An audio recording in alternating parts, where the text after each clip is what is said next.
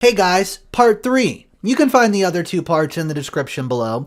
This story is the story about the Mistress, an OP's husband who goes away on a vacation with his mistress and gets confronted. Well guys, this is part 3 of the 4-part series. Let's jump right in it. Part 3, update number 1, gaslighting or overreaction. Today, my soon-to-be ex dropped off the kids after having them for a few days.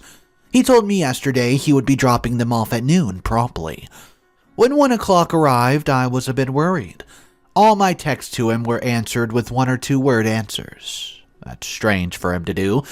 I got a text at 1:45 that he's on his way and that the affair partner's with him. What? I was never informed that she would be here with the children. I have no idea if she's been here the whole time or just flew in today. I was furious. I don't care if it's her or anyone else. I want to know who my children will be around. Period. Full stop. So they arrive and I let her into my home. While he sorts through the mail, she stands awkwardly in my foyer. So then I say, I'll just tell both of you since you're here, if the kids are going to be around her or anyone else, I want to know. I support your relationship and I'm happy for you guys. I just want to know beforehand and not after the fact. He looked offended. He smushed his face almost in disbelief. She stood statue still and refused to make eye contact with me. I understand her position. She was in enemy territory, and then I hit her with a bomb. I'm not mad at her. She probably had no idea that he did not tell me. Maybe he lied and said he did. Who knows? But she's a mom. I'm sure she gets my point. Whether she agrees or not, my issue is with him. I know I'm right. I know it should be a non-discussion, common sense, if you will, but no. He left being very cold to me, and I started to second-guess my decision to say something. Did I let my emotions get the best of me? Or did he gaslight me and make me feel like I'm crazy? Did they think because we had one meet that she had the green light to play stepmom? Update number 2. Publicizing paradise. Newlyweds always look forward to their honeymoon. White sandy beaches, topical drinks with little umbrellas. Sex. All day. All night. Paradise, right?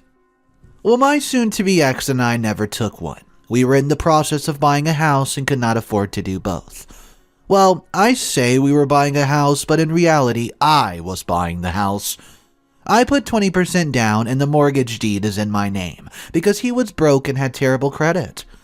But he said he was okay with skipping the honeymoon and that when we were married for 10 years, we could take the honeymoon together. Super sweet, right? Well, we booked the Bahamas trip for August 2020, but COVID had other plans. Saturday evening, after the boys are in bed, my phone rings. It's my ex-mother-in-law. She's probably just checking up on the children. Bit of backstory here. They've had a rocky relationship over the years, and he does not speak to her for things that I found out later were mostly just lies, and stories he made up in his head. Anyways, I ignored the call. I just did not feel like chatting. A few minutes later, my ex-sister-in-law calls me. Now, I think something's wrong. I answer. She's concerned and angry. Are you okay? What's going on? Have people been calling you? I was so confused. Well, it turns out this affair partner took a picture of them together in the Bahamas, posted it to her Facebook, and tagged my soon-to-be ex. I was in complete shock. Let me explain. A lot of people don't know about our situation. I haven't told my extended family, most of my coworkers, and even some friends. He was so paranoid about his family finding out because he knew they would be upset. Especially his grandmother, who thinks that he is the golden child. So, there it is, out in social media for all to see. Our shared family members, my coworkers and friends, man, I was livid. He took away the possibility of us salvaging our marriage with his affair. My hands were tied, he was in love with someone else. Fine. Now he took away my privacy too. My marital status is now out there for all to know. Again, I was stripped of all ability to make decisions for myself and tell people on my own time. I went through my phone and saw I had missed calls from 2 coworkers and a friend. I can only assume that's why they called. I haven't called them back because I don't know what to say. Yeah, I'm separated. Yeah, I didn't want to tell people till I was legally divorced. Yes, he has a girlfriend. Sure, I'll retell the story and live through the pain again. No problem. So I confronted him via text. His response was this. Oh, we're divorced and everything but the paperwork. You've gone on dates and living your life just like I am. What? You mean the only thing that really signifies a divorce is the one thing we don't have? What an idiot. And yes, I've gone on a handful of dates, but I'm not posting about each other on social media and sending selfies to our family and friends. Look, I get it. You're in a relationship, you're happy, that's great. All I'm asking for is a little respect. You publicizing your vacation with her also affects me. But I guess you have to give a crap first to recognize that, right? I want you all to know I read each and every one of the comments. A lot of you have stated that I need to start doing for me. I want you all to know that I hear you and I agree with you. I've been wrestling with a decision for the past few weeks concerning my future and the boys' well-being. Today, when I pick up the boys from his apartment, I'm going to tell him my plan, in which I require his signature. I hope he doesn't fight me on this. It's what's for the best. I don't want to reveal too much or my reasoning, as you never know who's reading. I'll update soon. Update number 3. Home sweet home. Months ago, when we started the mediation process, there was a great deal of negotiating. We both flip-flopped on our wants and made compromises. One thing I was never willing to compromise was retaining the house in the divorce. I made concessions and declined alimony, but never wavered on the house. It was agreed that the house would 100% be mine, and there would be no alimony. Now, because my soon-to-be ex was done with the mediation process and looking forward to his new life, he never took the time to have the house properly assessed. Instead, he opted to just take a number off an outdated website and use that as our base point to figure out home value. Idiot. Our mediator did the numbers based on what we owe on the house and what our profits would be each. Then she figured out what alimony over the period of time would be, and it was close to what his profit for the house would be. So he agreed to the arrangement. But let me tell you, the home value was definitely inaccurate. He didn't know, but I did. So now that our divorce filed into court has me owning the house, which is only in my name by the way, I have to have him sign off that I could sell it before the divorce was finalized, and that he could not retain any of the profit from the sale. He came over to pick up the boys and I talked to him about it. I explained how a move would help the boys as we go live with Mother, who lives in a fabulous school district. It would also help me not to struggle financially and allow me to return to school for my 3rd degree without worrying about tuition or childcare. Since, our kids would have round-the-clock care from me and my retired parents and be close to their cousins who also live in the town. He agreed it was a great idea, signed the paperwork and left. I immediately sent the papers to my lawyer. A weight's been lifted off these shoulders. Well, the next morning I wake up to a long text message from him, with time to think and time to speak to his affair partner probably. He became very angry. He accused me of making a selfish decision, and it was not best for the boys. So you mean to tell me a better school system, town-sponsored sports teams, living with grandparents who have time to spend with them, going to school with their cousins of the same age, and allowing me the ability to not struggle financially and provide them with more than they can ever imagine? Oh, that's a selfish idea. So I asked him when he plans to move across the country to be with his affair partner, will that move be best interest of the boys or what? Silence. He knew I was right, so he switched gears. He then complained about the commute for him to pick up and drop off. I reminded him this move adds to my daily work commute as well, and it's not just an issue for him. But it'll benefit for the boys, so I'm willing to do it. Plus, it's only 18 miles further. It isn't clear across the state. Then the reason. He wants money. He said he deserves some of the profit for the money that he contributed for 10 years. Okay, I see your point. But you gave me the house willingly after I declined alimony. Then you signed off willingly that I could sell before the marriage was finalized. You should have done your research about the house, what it was worth, like the mediator suggested, instead of just relying on the interwebs. If I gave you a dime, it's out of goodness of my heart, because I'm not obligated to do anything for you. So, I ask him, after all these months, and what you put me through, do you deserve my kindness? He changed the subject and complained about something else, avoiding the question and the obvious answer. Now, I get to truly start over. My boys and I will be surrounded by family who love and support us. I'll have zero financial worries, be able to return to school, put money away for the boys' college, and have enough left to put down on another house. When the housing market settles down, this is a decision that was necessary for my future and the future of my boys. I've been waiting to get to the point to be able to do this, and the time's now. The boys will start in a new school with their cousins in September, and I'm already looking into town sports and activities for them.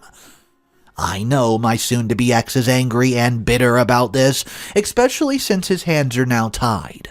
But he made a decision for himself, a few months ago, to start this affair, and that was exactly how I felt. Now, we both move on and look forward to the future we selected for ourselves. Next update, money matters.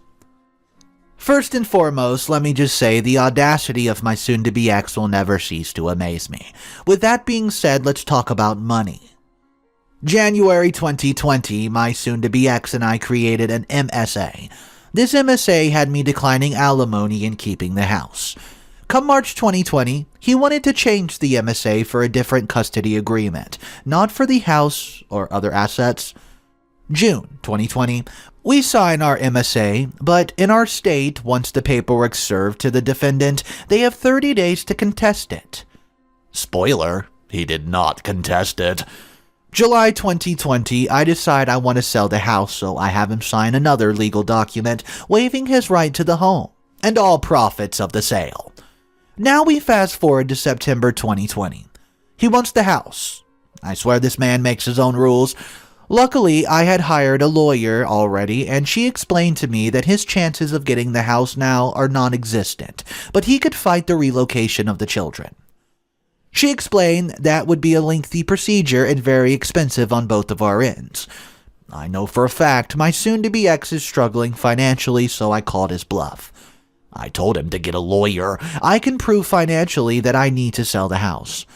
I can also show they're moving to a far better school district, will be attending school with their cousins, have more opportunities for extracurriculars, and have round-the-clock care from grandparents.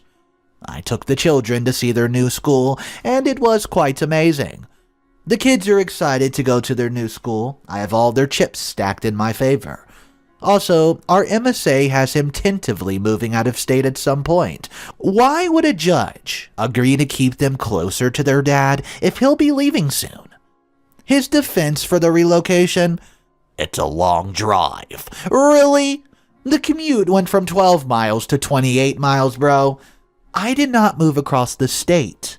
Is it convenient? No, I get that, but it's not impossible. He suggested the boys start their new school in January. January? He said they should stay in the house until it's sold. This suggestion just makes no sense. If the commute is your issue, how does that commute change in January? Newsflash! It doesn't. It makes zero sense to have the kids start a routine only to pull them out. They'll start a new school and be behind on whatever curriculum they're teaching. So I thought about it, what his motivation to push for January could be. Then I realized His lease is up in March. He's probably moving to her state. So a commute from January to March is much easier than September to March. Once again, a decision made in his best interest and not one of the boys. I think he sees the odds are not in his favor on this one, and he stopped fighting me. For now. So, money. It makes the world go round, right? It apparently makes my divorce more complicated as well. Insert eye roll. My soon-to-be ex, since I'm learning I would be selling the house, has asked me on a different occasion for $5,000, then $10,000, then $15,000, and now with the threat of lawyers, $20K. Did you eat paint chips as a kid? 'Cause you're seriously delusional. You're entitled to nothing. If I give you a dime, it's because I want to, and you can't give me a dollar amount that I'm gifting you? It's my money, buddy. I told him I'm no longer entertaining talks of money with him. He knows he's at my mercy, and, well, I kinda like it. Lastly, I received a Facebook message on 8/23, which I never saw because the person was not my friend. I saw it yesterday, and lo and behold, it's the affair partner's ex-husband. He says to me, "Hi, it's the affair partner's ex. How are you? I feel like we should talk. Maybe we can help each other figure out some things. I just wanted to reach out and see if you wanted to talk about anything." I'm not really that surprised. They talk for years. Wow, plot twist.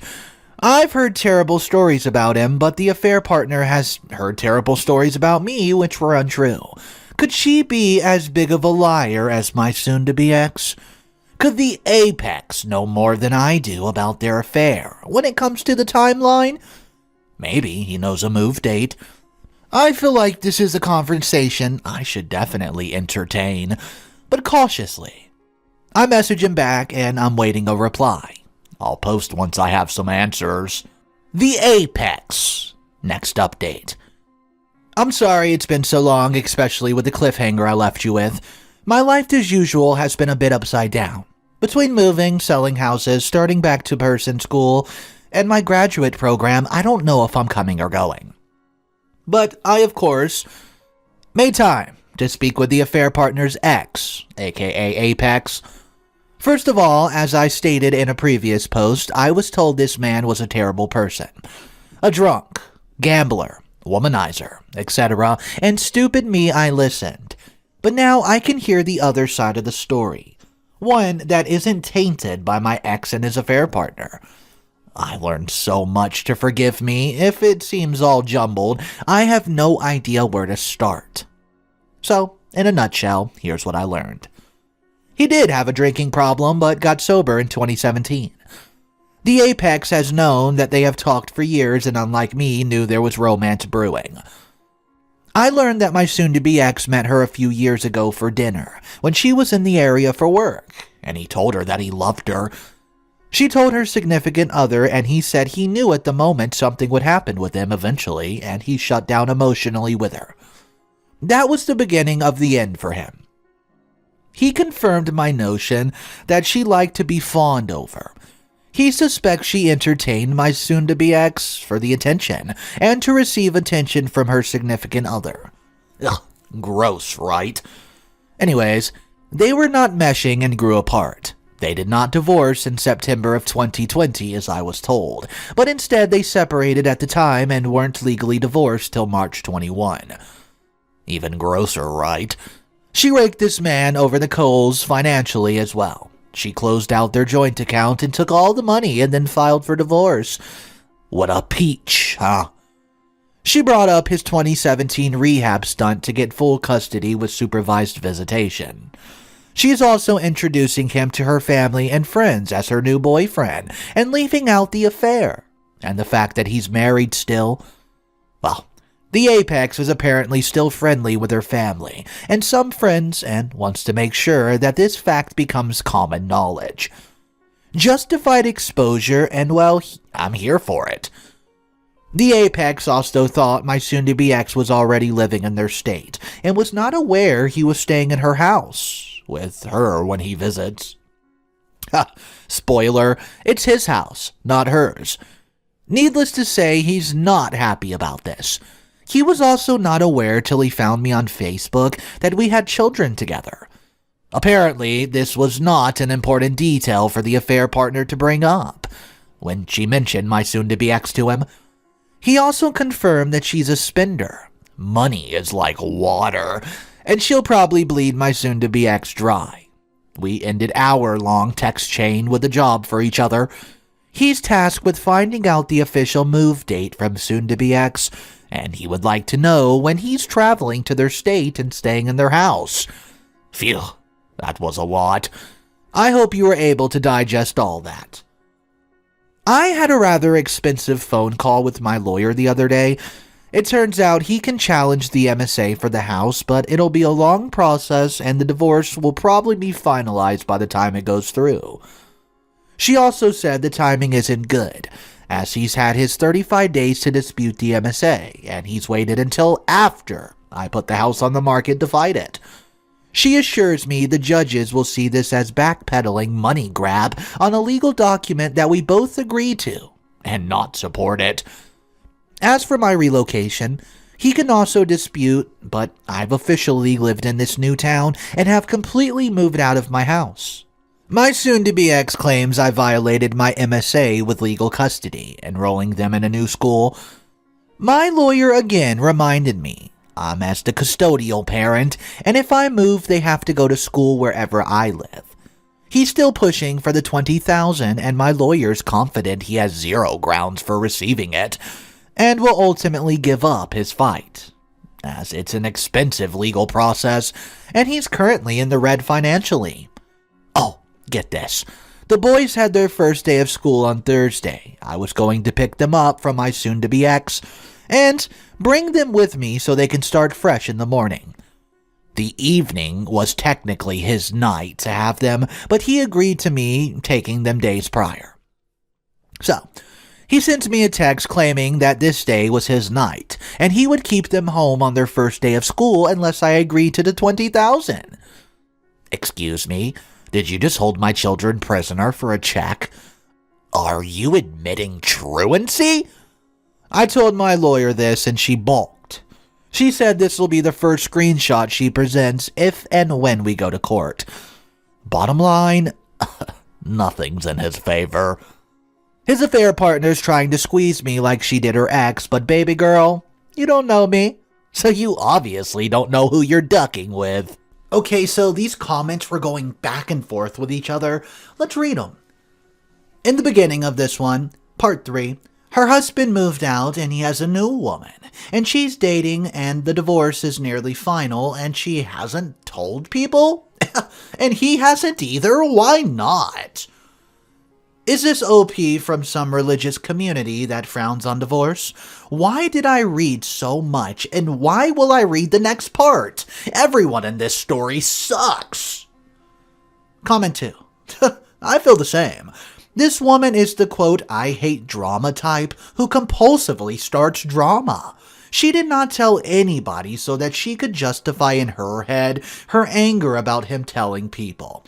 I'm just actually torn between calling this a creative writing stunt and calling it a narcissist justification. Wow. And the final one says, it sounded like they mainly did not tell secondary or other people.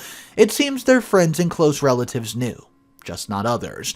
As someone who was generally private, I totally get not wanting to talk about a stressful life event to everyone. That's why advice columns usually recommend designating a friend to tell everyone about things like this.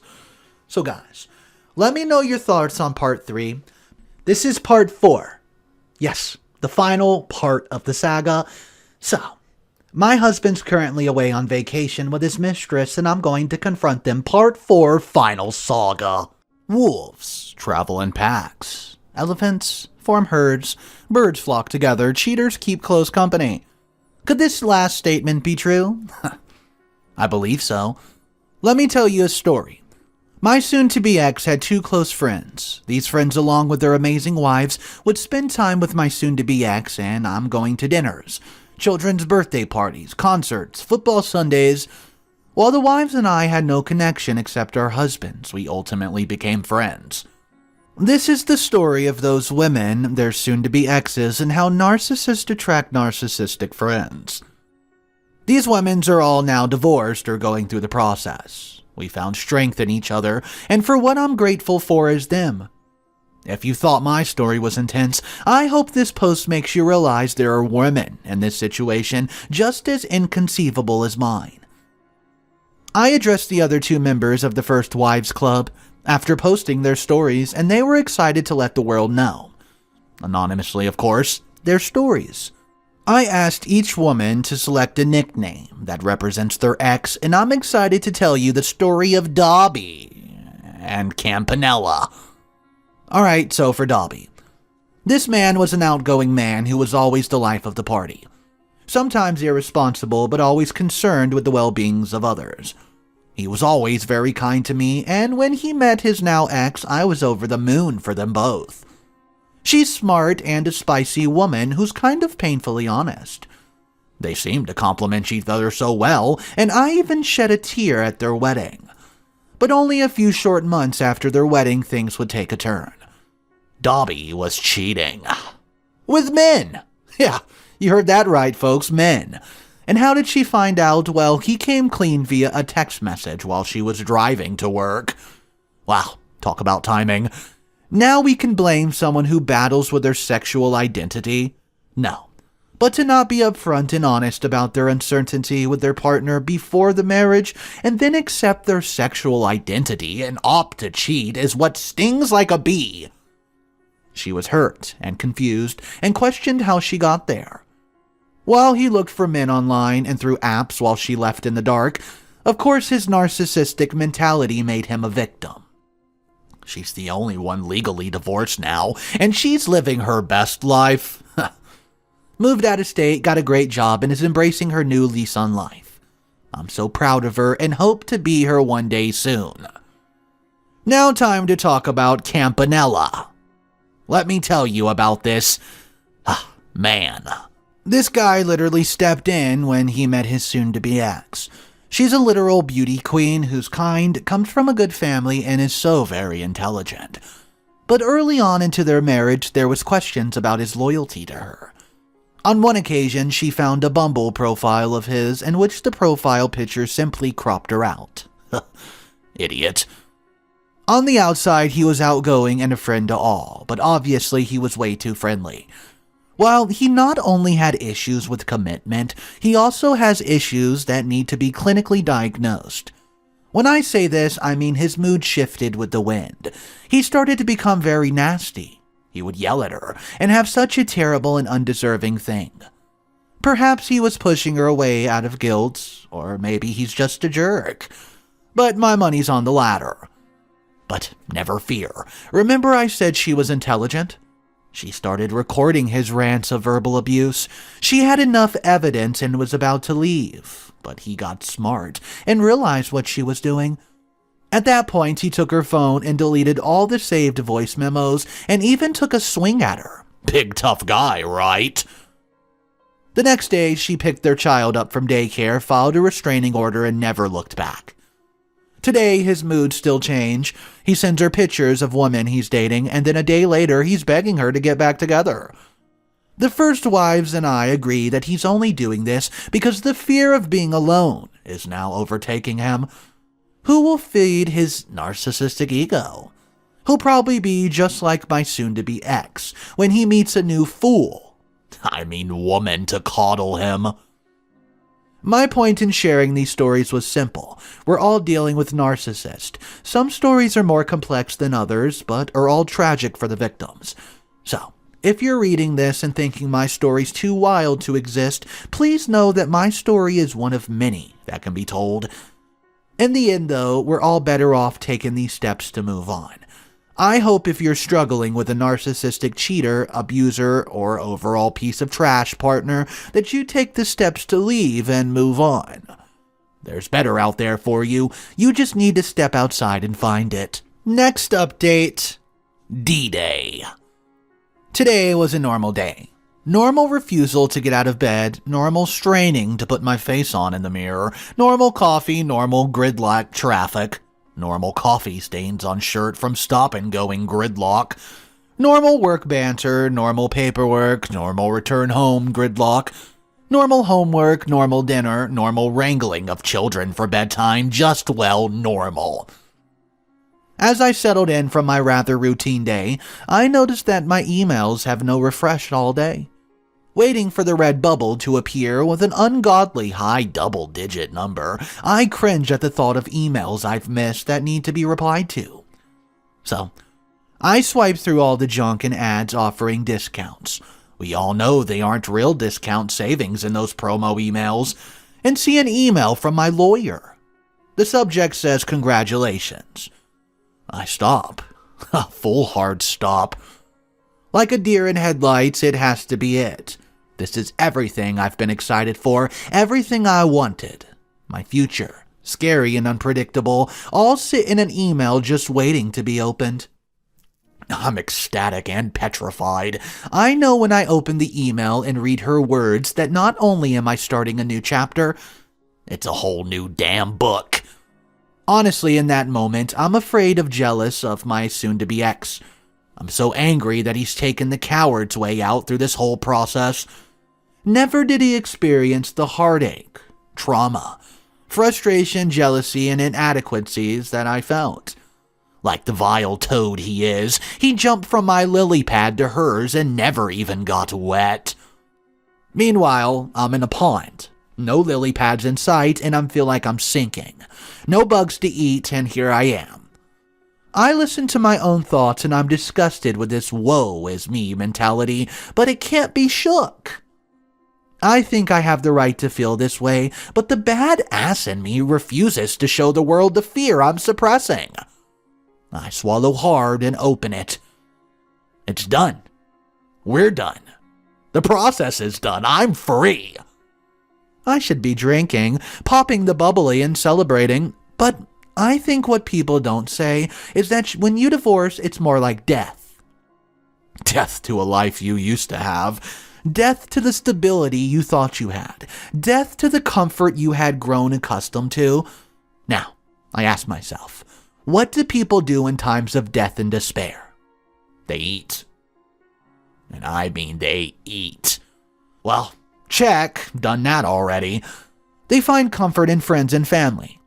Check, my loved ones are my rock whom I rely on heavily. They remember the good times, and check. I have my boss as a constant reminder that even though it went south, I have two amazing people to show from it. They move on. There it is. Move on. I need to look to the future. No, not just a romantic one, but a future that's mine to take. Decisions that are mine to make. Memories that are mine to create. And for once I can be selfish. I can make the calls that benefit my boys and I can grab life by the horns and tame that thing. Put its head on my mantle as a reminder of the time I found bravery and faced life head on. I'm ready. So, loyal listeners who sat with me from the beginning, let this be the post you've been waiting for. A woman who's come full circle. A woman who might not have created a perfect circle, but she's trying. A woman who will still have major bumps and divots ahead, tackling him persistently, asking for money, moving, and just being a plain old jerk. Some of you will stop listening, and if this is our goodbye, then I thank you and I wish you the best. Some may continue to listen on to hear what becomes of my ex-husband and the future karma he may face. I found it so helpful for myself to be real, honest, and vulnerable in my writings. I hope I have helped some of you in the process, and for that reason, I'll continue to write, for you and for me. I've navigated this whole experience blindly, and have revealed to you my story and my sacred inner thoughts, so I leave you with just one more piece of advice. Stay classy, stay sassy, and a bit of badassy. Next update, Christmas karma. For months, the ex and I have been going back and forth about the topic of travel for the holidays. In October, he suggested he takes the boys to her state for the holidays. I agreed, but I wanted them home for New Year's Eve and my birthday celebration. He agreed. Easy peasy. No fuss, no muss. Then a few weeks later, he complained he would not have the boys for either holiday. So I reluctantly agreed to return the boys on the evening of the 24th, so they can spend Christmas Day in her state. All was well with that decision. Yet again, then I guess the little birdie he cheated with chirped in his ear again, and he came back a few weeks later and demanded he gets New Year's Eve as well. It was technically his holiday, but hey, I gave him Christmas Day for it. Or I should fly out to pick up the children if I wanted them back for New Year's. This co-parenting with affair partner's input is tiring. Realizing that we can never compromise, I told him we stick to our legal agreement. We share Christmas Day, and he gets them New Year's Eve to be returned on the 1st. He was not happy with this deal either. Bottom line, if he doesn't get 100% of what he wants, he isn't happy. But I know sticking to only legal agreements will benefit me and the boys in the long run. I say this because earlier this month, he said when he moves across the country, it'll be expensive and difficult for him to come back here monthly to visit as our MSA states. He wants the boys to go there monthly instead. Oh, no. We're not shuttling 2 young boys across the country monthly because you no longer like the legal agreement we made. So I emailed my lawyer and gave her a heads up what he was thinking and his thought process was in case the situation gets sticky in the months to come. Her and I, well, we're prepared. So by sticky to the MSA now, I can give 0 wiggle room in the months to come. Well, on Wednesday, December 22nd, I got a call from the school nurse telling me my 5-year-old was a close contact of a positive student in the class. I called my mother immediately to have him picked up, scheduled a COVID test for both boys, and then called my ex. His first response? Well, that ducks up my trip. Yes, our son's fine, thanks for asking, jerk. But now both boys are close contact and can't travel. So what does he do? He boards an early flight and disappears. Wow, I shouldn't be surprised. Guess spending Christmas with their kids was more of a priority. I know some of you will say, what about his health? He's risking exposure too. Well, my son was exposed on Monday the 20th. My ex had the boys the 20th through the 22nd. He would not be risking exposure since he was already exposed in this case. I'm sharing this story now as I wanted to wait for the COVID test, but after months of back and forth of him changing our agreements, the boys don't even end up going.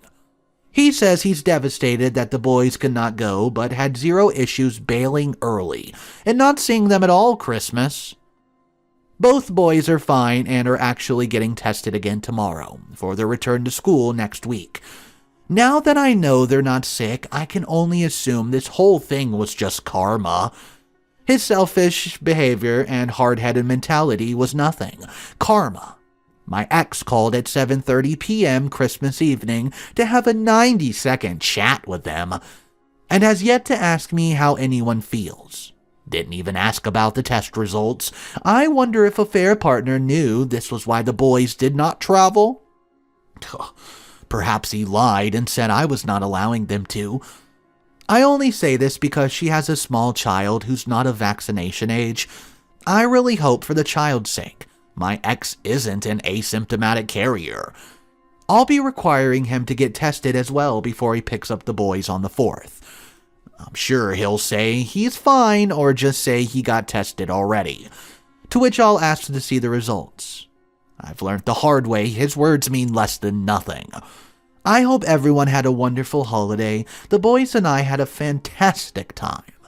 Happy New Year's to you all.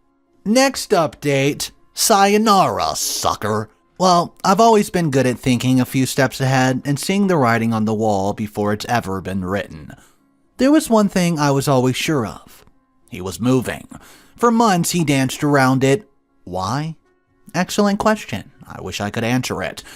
There are a lot of questions I wish I had answers for, but one thing was always obvious. He was leaving to live a life with her and her children. Now, let's analyze this logically. Why would you have an affair with a woman across the country, visit every other weekend as well as long holidays, if you never had any intention of living there and making it work? Just that piece of evidence is all you need, but wait, there's more. My boys told me before Christmas that Daddy got a job at a big, well-known company.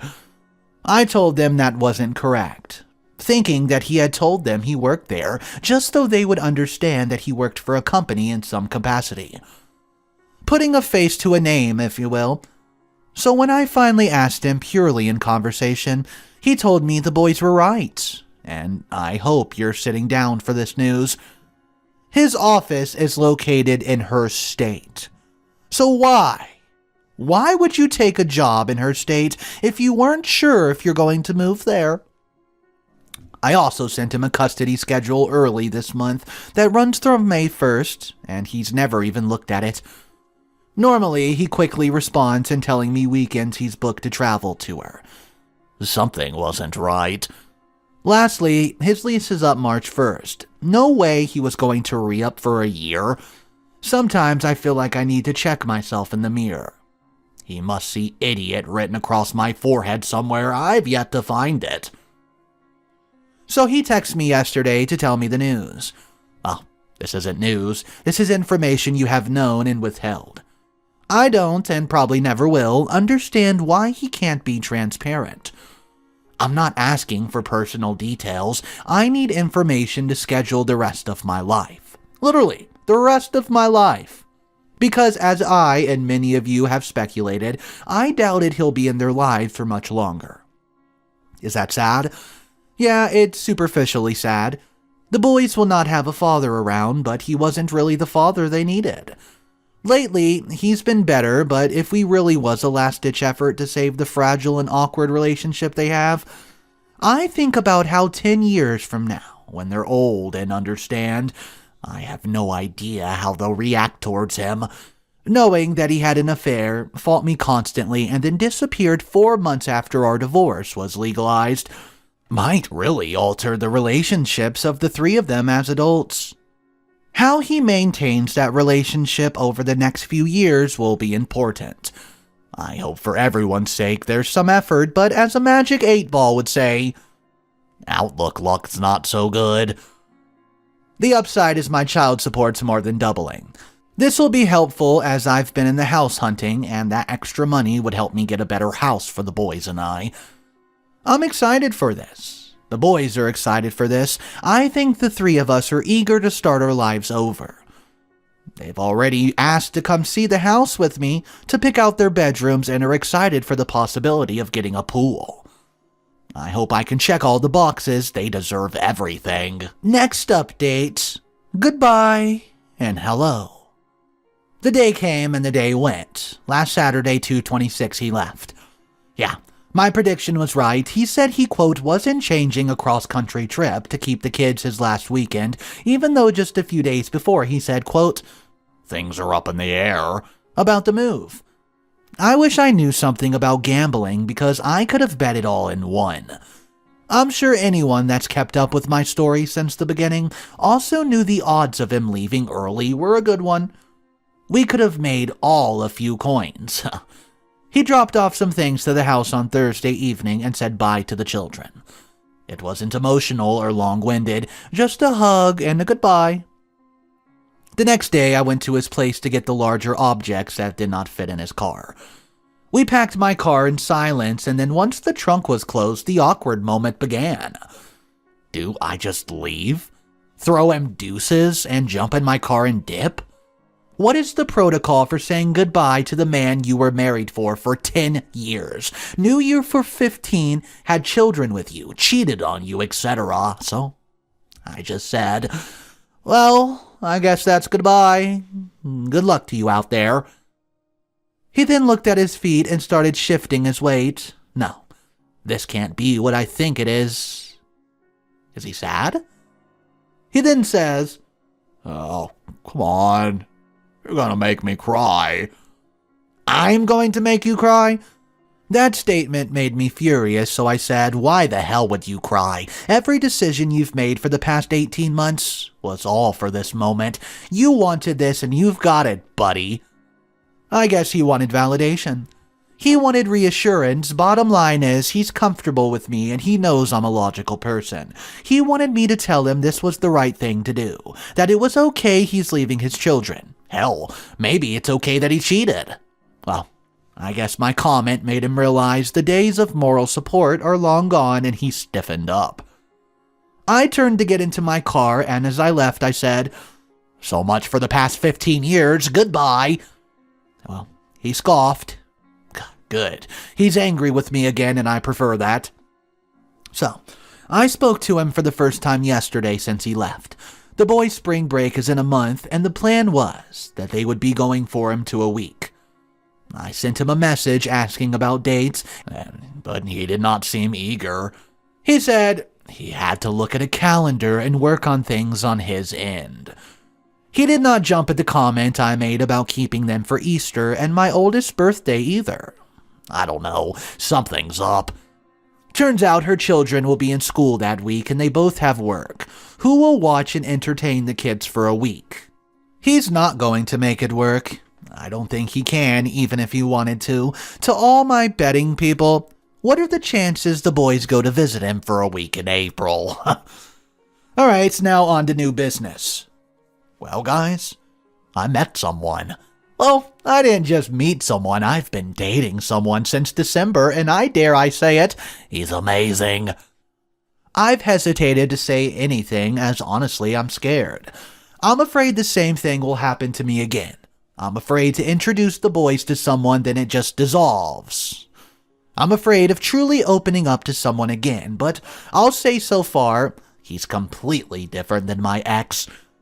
I'm cautious, but enjoying his company, affection, and attention. He knows my story, he's been in the room while I've been on the phone calls with my ex, and he's heard the gaslighting firsthand.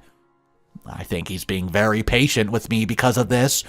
I warned him early this would take me time, and he understood.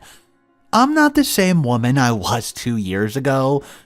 That's not a good thing or a bad thing, it's just the truth. So for now, I'm cautiously optimistic and just taking it day by day. Wonderful days with him. Final update. Radio silence. 10 days. That's when the boys' spring break starts. It's only 10 days away and still no word from the ex about airfare and travel arrangements. Back in the beginning of March when I asked him about this, we tried to figure out logistics. I say, but it was actually me trying to figure it out. I volunteered to pay my way to fly out there. I was going to have me a mini vacation for myself after the drop-off, and he would pay for the boys' airfare.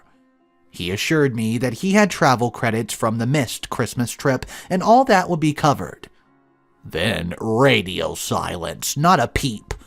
I'd ask about dates, and he'd say, quote, he needed to check his work calendar. Then it was, I have to check our calendar.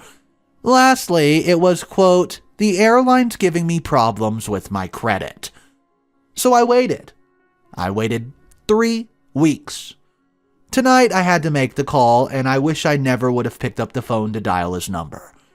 He informs me that his credit is for only 1 set of tickets, so he says, how do you want to work this out? You want to pay their way here and I'll pay their flight back? No, I don't want to do that. Hard pass. This is not my responsibility to pay. You agreed via our MSA to come here once a month. You decided it was too big of an expense and now want them to come to you. You moved across the country for a woman and left your children. Now you need to pay their airfare or come here. He told me we have 50-50 custody, so travel expenses should be the same. He told me he spoke to people. People are obviously his girlfriend. And they think our arrangement is absurd and unfair. Okay there, Chief, whatever you say. Please show me the law degree of said people. He said our whole MSA needs to be changed. Want to change it? No problem. Get a lawyer. He won't, because financially he can't. He cannot afford to pay $2,000 in airline tickets, but can afford a lawyer? We went in circles arguing the same points, and I realized none of us were being heard. So I told him to get a lawyer and hang up. So I opened up my wallet yet again and called my lawyer. That's one bill I'll never be angry about paying. She told me he can make demands until he's blue in the face, but until he hires a lawyer and files for the change, it's all just hot air. Then, after he files, she's confident that a judge will see his renegotiating on our legal agreement as a negative thing. Then the judge will ask why he moved, and when they say it was purely for his benefit and not at the best interest of the children, he'll not alter the agreement. Best part is, if he files, he'll have to travel back to my state to attend court, but doesn't want to travel here to visit the children. Well, guys, moral of the story, he never really cared about the kids. It was all about besting me. Besting me out of money, besting me out of time, sanity, the list goes on and on. The hard truth is he moved on. I was perfectly fine with him moving on and leaving me behind. I welcomed it. But the kids, well, that hurts. They're slowly asking less about him daily, and I'm not sure if that's the best thing or the good thing. But for him, I'm sure. But for the kids, it might just be the best. That concludes the 4-part saga. Well, guys, that's it. The 4th video is now released. Let me know what you thought of this entire saga. Drop your comments down below. I do want to read one comment that seemed to catch a lot of attention from the viewers. Yes, reading this has filled me with rage this morning. She needs a lot of therapy, and I mean lots. Yeah. Her ex-husband's absolutely a genuine narcissist, but she keeps folding over and over again. She just can't stop letting him get away with everything. Her thought processes, well, they're irrational to say the least. I don't know if she's always like this, and that's what attracted him to her, or whether years of living with someone like that has affected his decision, or, sorry, her decision-making. But reading this just made me feel ill. I had a husband like that. I had to pay him to leave. But thankfully, he was such a pathetic arsehole that he did leave and never saw the children again for a freaking decade. They're mostly all grown up now, and they call me a second husband dad. Their request and choice. We occasionally hear from my ex when he's between women and wants to whine about something. But he only stays that far away because I cut contact with his bullcrap years ago. I can't determine if this woman has become so used to the drama that she can't function without it, or if she's also a little unhinged, but in a different way. Ugh, what a drama. Guys, let me know what you think about that comment. Let me know what you think about the saga, because it's over now. Alright, have a wonderful day, guys. Thank you so much for tuning in. Don't forget to subscribe. Smash those bell notifications. I'm here every single day dropping stories. I hope to see you tomorrow. A peace.